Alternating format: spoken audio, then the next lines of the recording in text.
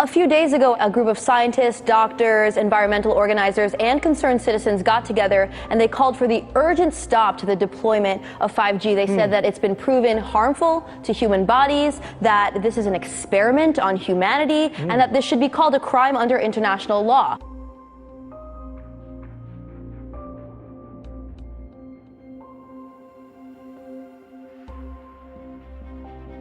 "5G is a weapon. It's used by the military. Do you know these 5G millimeter wave technologies are used to scatter crowds? They drive up in this technology when they want to scatter a cloud, and they put out these frequencies in a much higher power than 5G will be initially with us, but the same frequencies. And people scatter because they get the feeling their skin is on fire. Because the human body, including the skin, is an antenna. It interacts with frequencies and it receives and transmits information. At the cutting edge of understanding of DNA, scientists know that DNA is a receiver-transmitter of information. I have to tell people 5G story. It's bigger than the Holocaust. It's bigger than anything you've ever heard. I'm Mark Steele. Anybody who hasn't heard me. I'm a weapons systems head-up display expert. I'm one of the leading experts in the world. I've actually broke cover in relation to this, and the reason I became an expert was because I invented 5G is a killer. Do not believe a single word I say. Not one. I want you to do your own research. You'll find it's absolutely terrifying.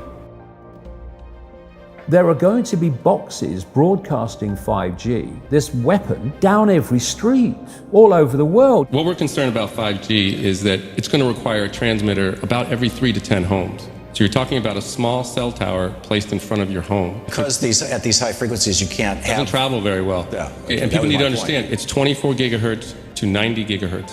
These are not 2 feet. These are 2 inches to half an inch. And this is very dense wireless radiation hitting our bodies. What we know is that it pulses more, it's got higher frequency, more waves per second, it beats up the cells more. Let's talk about today's technology, what we have going on today. Your phone is constantly sending electromagnetic fields in and out of each other. Whether or not you're receiving a notification right now, all of our digital tech sends this data back and forth, right, using these invisible microwave radiation signals. That's today's tech. We have every cell tower, every router constantly pulsing with radiation, whether or not you're using it. Science shows that this causes DNA damage, cancer, among other things. But don't take my word for it. And that's just with 4G. That's just with today's technology. Before we get to 5G, right now you got some of it, but not that much. Wireless radiation has biological effects, period.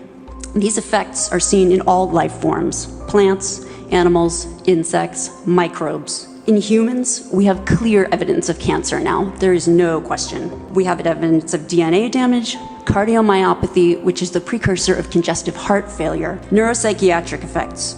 So 5G is not a conversation about whether or not these biological effects exist. They clearly do. 5G is a conversation about unsustainable healthcare expenditure.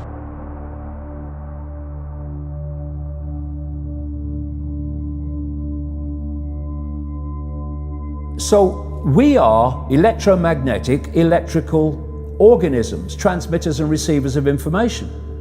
When our electromagnetic fields are in balance and harmony, we have health. We have psychological health and we have physical health. The reason that this technological society is causing so much psychological and, quote, physical disease is because these frequencies, technologically driven, and we live in this Wi-Fi world now and all the phone masts and all the rest of it, these technologically generated frequencies are scrambling the balance of the human electromagnetic electrical communication systems. And if you scramble them, you create a state of disharmony, dis-ease, which plays through to physical and mental, emotional, psychological dis-ease. And there's another point to this. The brain processes information electrically. It communicates with the cellular structure electrically, and it operates within a certain band of frequency. If you can broadcast frequencies carrying information, this technology has long been known, carrying information and perceptions within the frequency that the brain decodes information, the brain will decode those frequencies and will have those perceptions. You can influence people's perceptions externally by broadcasting these frequencies that we interact with, because we are antenna. Okay. Now, some decades ago, there was a guy who worked out the frequencies of different emotional states. This is long ago. I mean, it's very, very sophisticated now. So every thought, every emotional response is a frequency. It generates a frequency, and it is of itself a frequency. Hate is a frequency, and it's different to love. You know, when you are in a room and there's lots of aggression and conflict and hatred, you feel it. What do people say? Oh God, you can cut the atmosphere with a knife in there. That is because the frequencies of hate and conflict have been so generated, they have changed the electromagnetic field of the room. Okay, so 5G is going to be weaponized against us potentially. Yeah, but the point being that they worked out the frequencies of various emotions, including rage and what have you.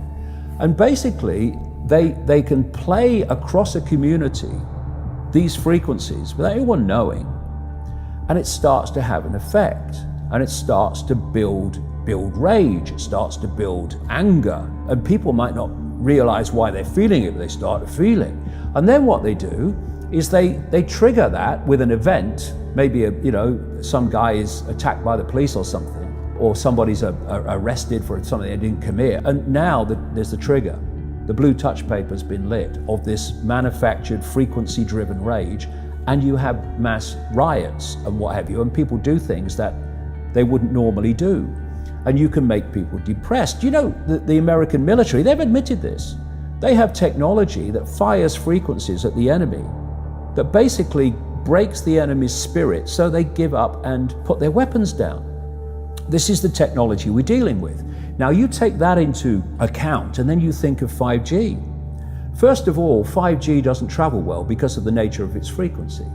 So instead of big towers, as we have now, broadcasting these frequencies long distances, it won't do that. And it doesn't go through solid objects, what we call solid objects, very well either.